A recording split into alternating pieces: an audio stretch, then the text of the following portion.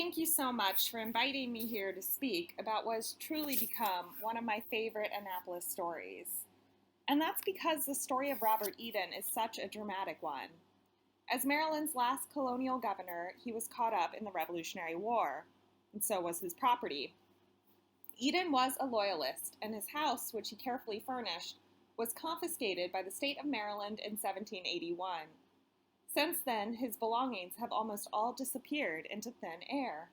So, digging into what happened to Robert Eden's furnishings reveals unending mysteries that often lead to more questions than answers. But for today, we'll tackle just one important question. What did the governor's house look like? To understand how Eden's house and furnishings found itself at the center of the governor's story, we have to address issues of connoisseurship and provenance of both surviving and absent objects. But first, I'm going to ask you to start by taking a brief journey back with me to over 200 years ago.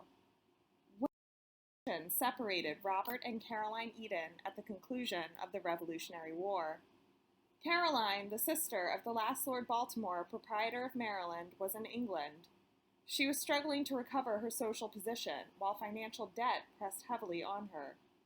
Her husband, Robert, perhaps you might think unexpectedly for the last governor of colonial Maryland, was residing in the new state's capital of Annapolis.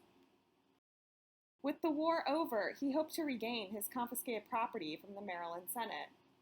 While the couple exchanged letters in 1783, Robert attended ceremonies held by the new United States Continental Congress, frequented parties in the home he once carefully designed, now ironically the state's governor's mansion, and was generally reported to be indulging in excessive drinking and gambling to the embarrassment of former friends. Eventually, Caroline had had enough. Broken and frustrated, she wrote to Robert, "How can I at all depend on your prudence, you who have led us all to the very brink, and yet till the last moment did not seem to feel the necessity of a change of conduct? For now you must seriously give up your former way of life and be content with little, for much you must not now expect. The golden opportunity is lost, and we are both too far advanced in life to form new scheme." Concluded, "I resolve not to return to this life till you are clear." Then, in a vein similar to "don't use up all the family cell phone data," she completed the letter with, "write on a single large sheet because of the postage." For Caroline, it is clear how stressful financial constraints were for her within a marriage already damaged by war, alcoholism, and years of separation. She wasn't being dramatic when she told her husband that he had brought them to the very brink. Even by the standards of an upper-class society that almost required gentlemen to accumulate debt, Eden's numbers were incredible, and merchants on both sides of the Atlantic knew it. Made worse by the confiscation of his property in America, Eden had taken his wife's impressive family wealth and spent nearly everything for the sake of furnishing his mansion in Annapolis, Maryland. He nearly single-handedly bankrupted an entire mercantile firm. His financial actions strained the family both economically and emotionally for at least the next 2 generations, as well as impacted his own historical reputation in the United States into the present day. So what was he spending all of that money on? Before delving more deeply into the Annapolis house, though, let's pause briefly to meet our protagonist. Born in 1742 in Durham, England, Robert Eden was the second son of a baronet with a small fortune but stylish tastes. After building a military career in the Coldstream Guards, Eden retired upon his advantageous marriage to Caroline Calvert in 1765. Caroline was the younger sister of Frederick Calvert, the 5th Lord Baltimore and proprietor of Maryland. Through his marriage, Eden achieved not only greater social standing and connections, but also the potential for monetary wealth. Calvert appointed Eden as governor to Maryland, forming an alliance between both men, which Eden believed would lead to his inheritance of the proprietary title and the substantial income that would come with it. Robert Eden was only 27 when he first accepted the Maryland governorship. In 1769, he, his wife, and 2 young sons arrived in the Annapolis harbor and moved into a Georgian townhouse overlooking the Severn River. During the 7 years that Eden spent as governor, Annapolis was a city of high fashion. Eden enthusiastically participated. He became an honorary member of the exclusive Hominy Club, hosted frequent dinners as home, and attended horse races. Through his participation in gentlemanly pursuits, an aspect of his identity he reinforced with a tasteful home, Eden sought to make himself popular among colonial elites. His desire to be accepted into the colonial genteel community motivated his selection of furnishings. This tactic began even prior to his arrival in Annapolis and continued throughout his governorship. It was power and identity physically manifested through furnishings. Using Eden family letters, papers, and court documents in Maryland and England, we can begin to puzzle together the significance of furnishings to construct the Eden family's social and political identity. For Robert Eden, the Annapolis mansion, which we will call the Eden Jennings house, was intended to be the highest in fashion in an already fashionable capital. It should have marked him as the top in both political and social spheres. But this sort of hoped-for power was not cheap, and the material choices Robert Eden made had an enormous impact on his identity, both in his lifetime and today. Unfortunately for Robert and Caroline Eden, the Revolutionary War changed everything. As a governor, his allegiance was to the proprietor and the crown. He was considered a loyalist, and as such, the state seized his colonial property. And this is where it gets weird. Typically, wartime confiscation happened in an effort to shame the opposing side. With a figure as prominent as Eden, we would expect this to be very public. An act published in the Maryland Gazette, maybe, and absolutely an auction. The image of his belongings splayed across his yard for all to see would be clear. Eden and everyone he represents has lost. His objects would be absorbed into Patriot homes, trophies hidden in plain sight, and the money earned would fund the Patriot War effort. But this does not happen, at least not publicly. We know in 1781 the house is officially confiscated, but failing to reclaim his property in his lifetime, Eden died painfully aware of how his material failures connected to his social and political ones as well. Today, objects that he once chose to adorn public and private spaces have dispersed. The memory of Eden should have long since disappeared with them. Except that this is not the end of the story. There are 3 documents I haven't told you about yet. The confiscation resulted in the loss of physical objects for historians today, but it gave us something in return. Inventories, very detailed inventories. This important was completed on the day that Eden departed Annapolis in the wake of the Revolutionary War on June 26, 1776. Someone, likely his secretary, took a comprehensive room-by-room inventory of the Eden Jennings house, detailing every object. Then, in 1781, the year the resolution to confiscate Eden's property was passed, the state of Maryland took a second inventory of the house. It documented that many of the objects had been removed, moved between rooms, or became damaged during the period when the house was being occupied. Finally, in 1789, 5 years after Eden's death, the state took a third inventory of the property, while it was settling Eden's claim to the state. Once colonial Maryland's governor's mansion, more often than not, held inventory gives an indication of where these objects may have come from.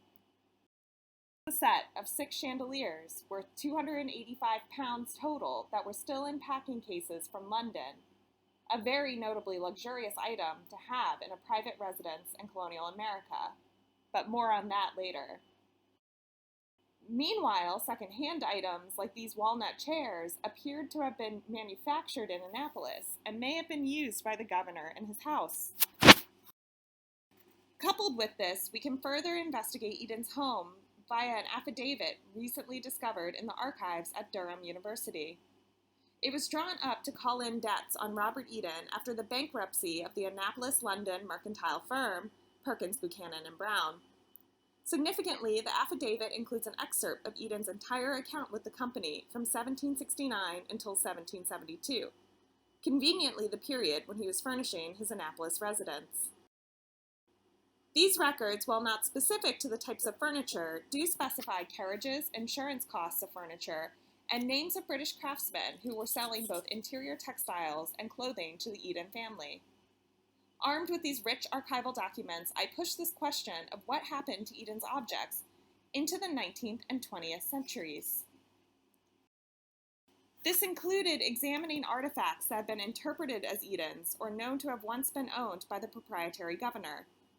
Perhaps most peculiar, the increasing nostalgia for Annapolis's colonial era meant not only the creation of replacement objects for those lost, but also a quest for genuine articles of the period. This actually also included a search for Eden's physical body, his gravesite having been lost by the early 19th century. And they were successful, by the way, so you can find him now at Annapolis's St. Anne's Church. The increasing nostalgia for an overly romanticized past is most manifested for Eden with a sedan chair, formerly at the Maryland Historical Society. When accessioned by them in the mid-20th century, it was orally reported to have once been used by, quote, one of the last governors of Baltimore. Some curators and conservators have expressed uncertainty about when and where the sedan chair was made due to the prevalence of what appears to have been relatively unaged white pine, 19th century style paintings along the exterior, and layers of upholstery evidence that appear to date to after the 18th century. Though the Historical Society never encouraged a tie between the chair and Eden, lore is persistent. People want it to be Eden's. The sedan chair's association with Annapolitan history and upper-class frivolity contributes to a reimagination of Eden. Its display and interpretation add a 20th century historiography to his narrative. But to begin our discussion on Eden's 18th century material world, we'll start with the biggest object, the house itself. Evidence suggests Robert Eden began petitioning Frederick Calvert for the post of Governor of Maryland as early as 1768 at least. Finally, the next year, Calvert appointed Eden to the position. With that position, and this is important, Calvert also appears to have verbally promised Robert and Caroline Eden that upon Calvert's death, the Edens would inherit the proprietorship. This would bring Robert Eden significant wealth, as well as social and political power on both sides of the Atlantic. Counted with the likes of the Penn family, he would essentially rule a colony, obedient only to English law and the crown. And with the inheritance of Calvert investments into the proprietary lands, Eden stood to gain considerable wealth. So, when he begins his work on his Annapolis home, he does so not only as the colony's governor, but also with the intention of designing a home fit for a proprietor. Eden wasted no time in beginning work on his future house. Though he would not arrive in Annapolis until June 1769, he purchased a house in town in March of that year from Edmund Jennings and began construction work on it immediately. The house he chose had been rented but never purchased by previous governors. Eden's builders quickly, though, turned the Jennings house into a construction zone. His intent was clear. In short, to be popular in England, he needed to be popular in Annapolis. To be popular in Annapolis, he needed a fashionable house, for which he needed money, for which he needed people to lend him money. These lenders came primarily from Eden's social and familial acquaintances.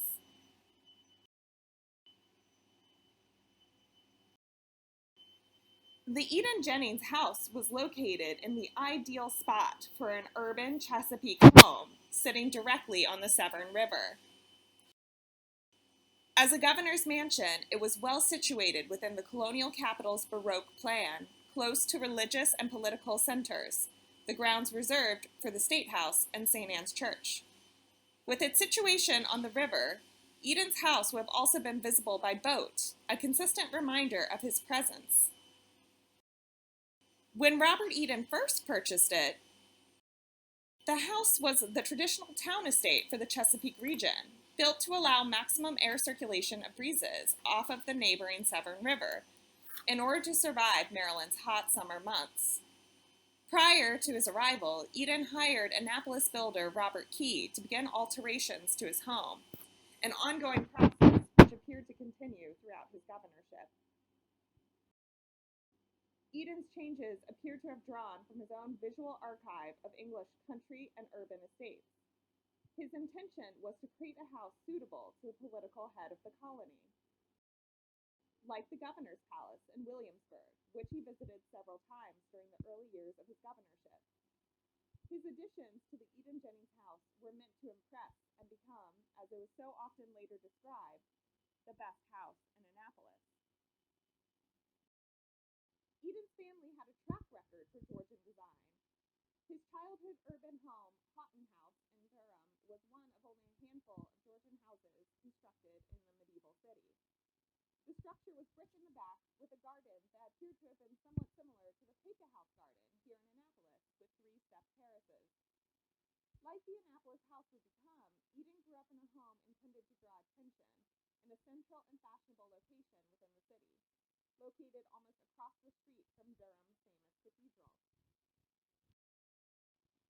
Though much of the interiors of the house have been altered since becoming dormitories for St. John's College in the 20th century, surviving architectural details reveal the house to have been a testament to Georgian design, with symmetry and plasterwork reigning throughout. Once he arrived in Maryland, however, Eden saw that the competition for the Best House in Annapolis title was great in the late 1760s and early 1770s. The colonial capital experienced a boom in construction. The upper class commissioned grand urban houses like the James Bryce House with its elaborate interior plasterwork, and the Chase Lloyd House, designed by famed architect William Buckland. Outside of the city, Horatio Sharp's estate, White Hall, loomed large in social and cultural genteel Maryland. With its 5-part plan and imported furnishings, Sharp, alongside architect Joseph Horatio Anderson, successfully constructed the perfect blend required for an English Chesapeake estate. With these competing sources in mind, Eden also sought to have his house become the social center. In a community like Annapolis, where gentility and politics grew up hand in hand, Eden utilized his skills with 18th century codes of sensibility and charm to gain support among Marylanders. He threw parties at the Eden-Jennings house, expected to be grander than those at any other residence.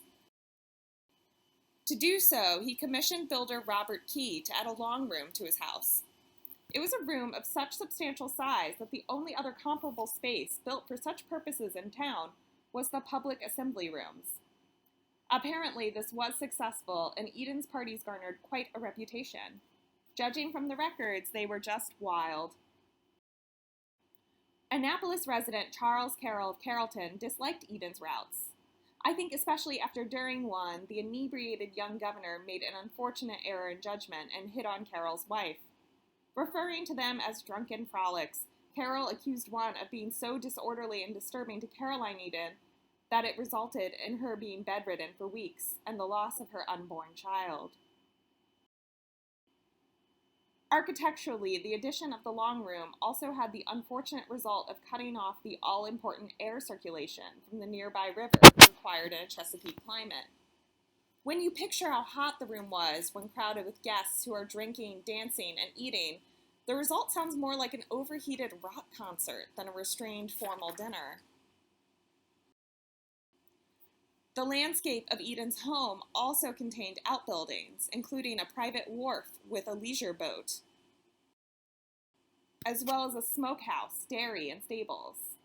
While his housemaids and butler had individual rooms inside the house and servants slept in the kitchen, Quarters for the enslaved workers in his townhouse appear to have been located in the backyard landscape, while more enslaved people labored on his plantation, Hominy Pot, located 16 miles outside of Annapolis. While many upper planters saw themselves as gentlemen planters, Eden was an urbanite first and foremost. The result of his architectural alterations in Annapolis created a landscape meant to be impressive, extremely high fashion, and, I remind you, intended to express the power of not just a governor, but proprietor. For the enslaved members of the household, the high-fashion objects in the mansion versus the utilitarian ones they encountered daily marked a visible dividing line between the public and private spaces of the Annapolis residents. These spatial divisions participated in the appearance of a high-style Chesapeake estate, seen in other outbuilding layouts in the region, notably the Peyton Randolph House in Williamsburg. The layout of these houses is a manifestation of interwoven lives. Higher-level servants in the Eden Jennings house possessed private, comfortable rooms. The housekeeper received not only her own room and bedstead, but also a trunk, which provided her with a private space for her possessions in a house crowded with servants, enslaved occupants, and genteel Maryland loyalists. Within the main house, the servants and enslaved workers had access to the highest quantity of objects that Eden purchased for the home. The commodities in the servants' quarters were the least valued in the 1776 inventory, but functioned to aid and maintain the grandeur of the public spaces. Many of these objects were tools that remained in the realm of the servants and enslaved, used to clean furnishings, store goods, or produce food for the household. Others were transitory goods, like queensware dishes, which were stored in workspaces, but served their primary function within the fine public interiors in the house.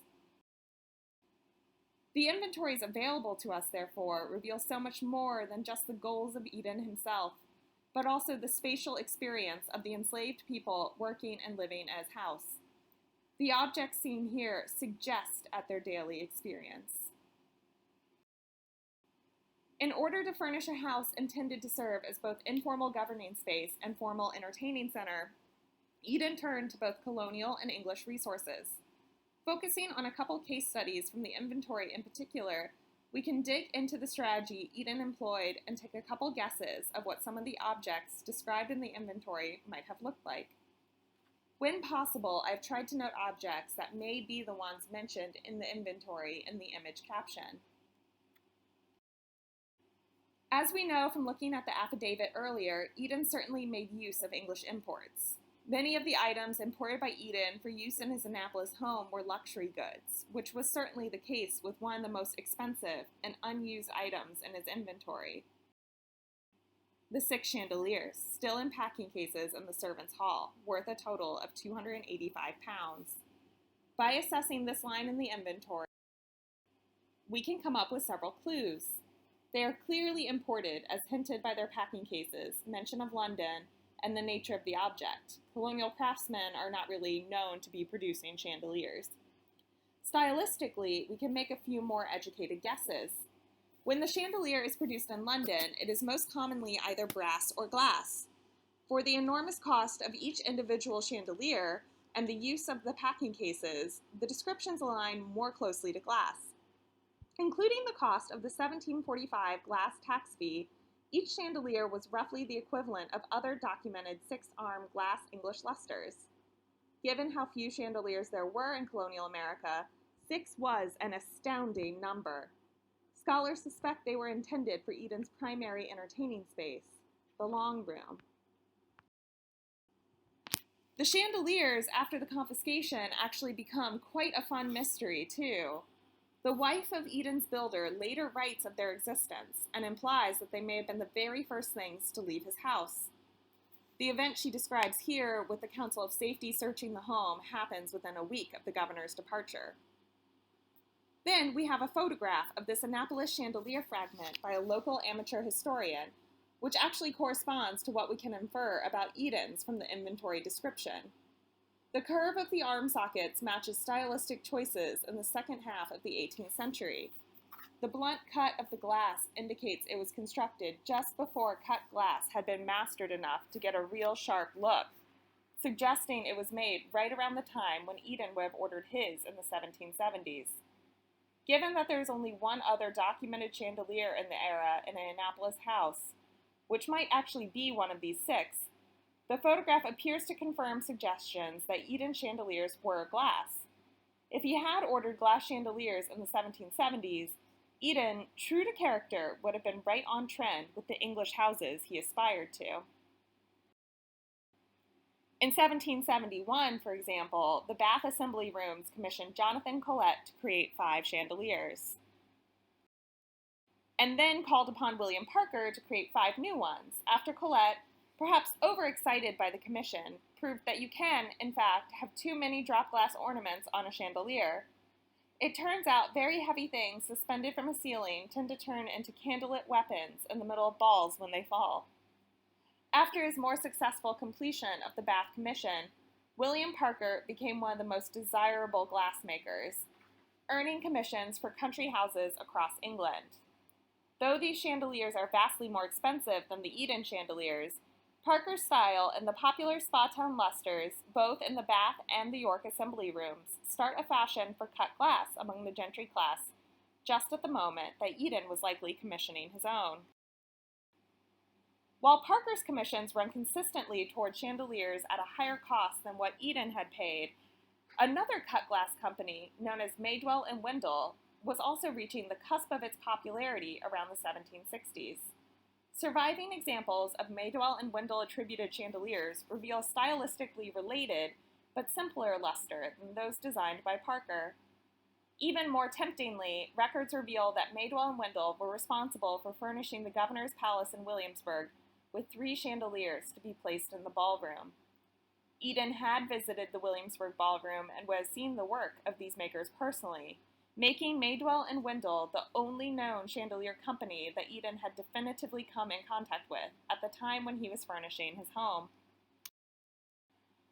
Other luxury items in Eden's house include a billiard table that was also likely imported from England. Like the chandeliers, the billiard table was a distinctly unique luxury piece, not often found in colonial homes or public spaces. Used for entertaining, it so dominated space that the second-floor room it was housed in was named after it. Over a decade after Eden procured his own table, another local, Edward Lloyd, commissioned the first known billiard table produced in America, seen here. It was made by famed Annapolis cabinet makers John Shaw and Archibald Chisholm, and is now on display at the Winterthur Museum. Eden also possessed some scientific instruments suitable to a gentleman of the Enlightenment and required for a governor of a colony with occasional territorial disputes. He owned field furnishings and a tent, as well as the single most expensive item in his inventory, an equal altitude instrument used for surveying, such as this one used by Mason and Dixon and now at Independence National Historic Park in Philadelphia. However, Eden did not just import his furnishings. The new governor employed a variety of purchasing tactics in his house. Within Annapolis, this included using furnishings either already in the house, commissioning objects from local craftsmen, or buying from auctions. In fact, while Eden's luxury goods were mostly imported, they comprised less than 3% of all of his household furnishings. The vast majority of his household was made up of objects worth less than 10 pounds, and for the sake of convenience and economy, many of these were likely procured locally. Much like the architecture we looked at earlier, Eden was also stepping into a city that was in the midst of a decorative arts renaissance. Skilled artisans newly trained from fashion capitals like Glasgow and London set up shop in Annapolis, and visitors reported that the colonial capital would know of new styles before London at times. Among extant objects that Eden may have recognized is a group of 8 chairs. Now scattered between public and private collections, they were once a part of a set of at least 12 and possibly 18, and constructed in Annapolis in the 1750s or 1760s. Of note in this chair are the raised pad feet and pierced falciform splat, which appear stylistically related to similar chairs with provenance to Annapolis. Construction details like the double through tenon and pins visible on the rear stile further suggests Maryland creation. Stylistically, these chairs relate to British cabinet-making precedents, with local cabinet makers learning from and responding to their import competition in the same way that American artists like Charles Willson Peale did in his portraiture. While Eden's inventory does not include any specified walnut chairs, and it remains unclear exactly which Annapolis house this set originally belonged to, I think it's important for us to look at these to understand the sort of furniture that would have been familiar to residents of the city. Familiar with British taste, Eden appeared to have still incorporated such examples of the neat and plain style, like these chairs, that was developed and embraced by residents of the Chesapeake. Evidence of his presence at local auctions suggests that he wove in some such of these locally procured goods as a visual representation of his adoption of his new home colony. Eden's residence was also furnished with its significance as an informal space of governance in mind. Like the London homes of peers Eden would have seen, he sought to remind visitors of his power and the political lineage of the colony through the display of portraiture on his best staircase. When viewed together, we notice that the three men are posed similarly. They demonstrate codes of 18th century comportment and sensibility, with all three images stemming from English stylistic precedents. Deriving influence from English country houses in which Van Dyck portraits were almost an essential decoration, Eden displayed his portrait of Charles I, similar to this example and probably something that was already in the Eden-Jennings house when Eden arrived, as a reminder of his family's royalist loyalties, and the association of the colony of Maryland to Charles's wife, Henrietta Maria, for whom Maryland was named. Next to him stood a full-length portrait of the 6th Lord Baltimore, Frederick Calvert, similar to, if not in fact this very one. Eden's brother-in-law, the portrait is a further reminder of the governor's power through his ties to the Calvert family. Never forgetting their proprietary right to the colony, a document that reads Maryland and depicting the Calvert seal rests on the table. Expecting to be future proprietor, for Eden, this portrait gave his familial claim legitimacy and a reminder that the governor was answerable only to the Lord Baltimore. Finally, in the last few months of his house, there was Eden himself, painted by Charles Willson Peale in 1775. In this stereo card reproduction of the original, which is now lost, he's painted in a sort of hybrid dress uniform. Unlike some of Peale's more family portraits we might think of, this depiction of Eden is formal. The uniform, posture, and classical components were intended to evoke power, formality, and a relationship to contemporary portraiture of nobility.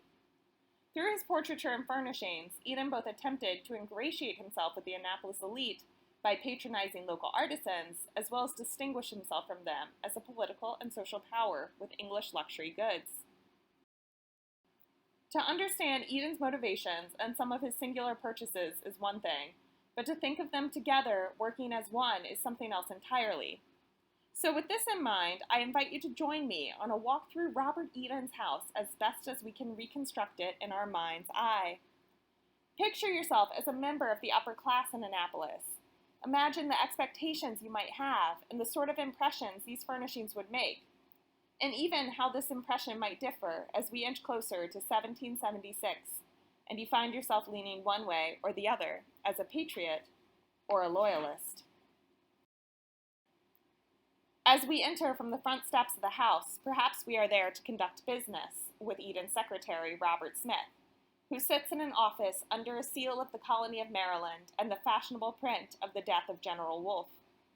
To get there, we are welcomed by Eden's house servant to make a right turn off of the hallway and through the picture parlor, ornamented with gilt frames covering the walls and filled with landscape paintings and maritime scenes. Or perhaps we are there to see the governor himself, visiting him in his study, or invited into the gilt leather parlor with its mahogany furnishings and card tables.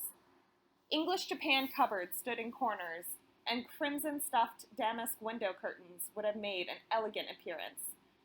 Certainly intended as a public space, the gilt leather parlor's name suggests this room might have been particularly impressive to any colonial visitor. According to Graham Hood in his assessment of the Governor's Palace in Williamsburg, Robert Eden's gilt leather walls were among only a handful, if not the only one, in colonial America. Or I ask you to re-enter through the front door once again, this time on a candlelit evening, dressed in your finest, as you process to the long room overlooking the Severn River. 16 mahogany chairs with horsehair seats lined the walls, and an elegant gilt mirror reflected off at the light of the candles sitting on the mahogany candlestands and carved claw and pillar tea tables. Here you would have dined as a privileged guest, and had Eden remained at his house longer, you may have also danced under 6 glittering glass chandeliers, making a remarkably impressive sight, even to the most fashionable colonial gentry. Proceeding upstairs, we rise in the limbo space between public and private on the best staircase, where, like the houses of English peers and governmental buildings that Eden had seen, portraits were the focal point, lining the walls to any who crossed the space. As a visitor, you may have passed one of your own guest bedrooms on your way to a game of billiards, in a room that was so dominated by the massive piece of furniture that it left room for little else but a set of Windsor chairs. The most impressive bedroom was reserved for Robert Eden. A mahogany bedstead was covered with white dimity, and the rest of the room was rich in other fine textiles, a large dressing glass, and a marble slab table. For reasons not entirely known, his bedroom was the only space to stay intact through the war, and despite changing ownership into the state and use of the government, maintained the name of Eden's bedroom. As a servant or enslaved person in Eden's household, we might get a glimpse of a completely different landscape within the same property. Eden was never particularly good at managing household staff, especially after his wife Caroline left Annapolis in 1774, and there are entertaining accounts of how the household staff used his furnishings for work and play. My personal favorite includes a young servant boy and his friend, described as the Black Boy, who damaged brewing tubs in the Surrey house when they commandeered them to use as boats. Imagine how they viewed this house in a completely different light. Moving to the staircase on the other side of the house, we could access the top floor, where the garret was filled with a variety of stored goods, including the equal altitude instrument that we discussed earlier. All the way downstairs in the basement, we come across the servants' hall with the chandeliers and packing cases. A separate entrance leads to the dairy and beer cellar, filled with Baltimore beer, London porter, and rum from the West Indies. Hogsheads, both filled and empty, lined the passage when the inventory of the house was taken in 1776, freezing our picture in time. Unfortunately, Eden's dream of the house becoming the residence of Eden's wife, Caroline, urged her husband to take a lesson from the hardships, live economically, and move on, but Eden did not. At the conclusion of the war in 1783, but before the Treaty of Paris was signed, making it a particularly bold move for a loyalist and a former governor at that, Eden returned to Annapolis in the hopes of reclaiming his property. He arrived at a pivotal moment in the city's history, when the Continental Congress occupied the city and ratified the Treaty of Paris, making Annapolis the first peacetime capital of America. To some extent, Eden rejoined Annapolis society, making social calls on former friends, and even attending the resignation as Commander-in-Chief of former friend George Washington at the Maryland State House. However, it was different than before, and former friends made points of subtly excluding him. They remarked that he did not flirt as he once did, that he drank too much and appeared sickly. On one notable evening, Eden even attended a party in the house he once carefully designed, now occupied by the Governor of Maryland, William Paca. A young delegate to Congress, James McHenry, witnessed the event, and the quote is so poignant, I have to share a part of it with you here. He wrote, Sir Robert Eden would have persuaded one by being at the party that he had lost all remembrance of his having been the owner of the house in which he danced, and late Governor of Maryland. But the thing could not be, where every person he met and every picture and piece of furniture he saw served to remind him of the past, or brought up the recollection of pleasures he could no longer repeat. He finds himself dependent on persons he despised and insignificant on the spot where, but lately, he was everything. So situated and circumstanced, I could neither believe him happy or at his ease, unless I had supposed that, with his estate and constitution, he had lost his sensibility. Eden would never reclaim his Annapolis property or see his wife and children again. He died while in Annapolis at the age of 42 of an unknown illness to little notice. His wife was not informed of his death until over a month later. She and 2 successive generations of Edens spent the rest of their lives recovering from the financial and emotional trauma caused by the confiscation case. Caroline arguably suffered the most from the loss of their property when almost immediately after her husband's death, merchants descended on her, requesting payment on bonds and ignoring pleas of postponement. One wrote, "I am not more satisfied with your letters of the 5th instant than I was with your former," harshly adding, "I must conclude you have no intention of doing credit to your husband's memory." She sold their house in London they acquired during the war and lived fashionably but carefully, and the family's eventual financial recovery can almost entirely be credited to her meticulous recording and saving when she took over the family accounts. The house in Annapolis, meanwhile, became the state's governor's mansion for nearly the next 100 years. Ironically, after the amount of effort Eden put into designing a house fit for a proprietor, it became a building which was intended to be a material representation of democracy. In 1869, the state sold the property to the United States Naval Academy, who used it in turns as the superintendent's office and later as the library, during which time they made substantial architectural changes to the structure. Finally, in 1902, the colonial building was deemed a poor fit for the rest of the Italianate Naval Campus, and the Eden Jennings house was demolished.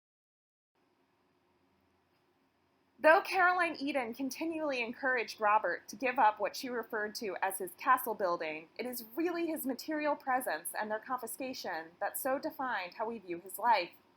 The ties between the consumption of furnishings and imports and social standing in the 18th century were so pervasive that they continue to influence the way that we interpret the last colonial governor, even today. Though the house is long gone for us to study, we can use the documents to puzzle together the past. Eden wrapped his identity into his possessions, and their confiscation to him felt like a literal taking of not just his wealth, but his sense of self. His story makes a case for a place for decorative arts and loyalist studies. The interpretation of Eden today continues through objects in museums, such as the sedan chair we discussed earlier, or a 1914 copy of his Peel portrait, back again in the Maryland State House. So, perhaps one last thing remains, how Robert Eden, the debtor, the aspirational tastemaker, and the last proprietary governor would have wished it. For better or for worse, he will always be remembered through his objects. Thank you.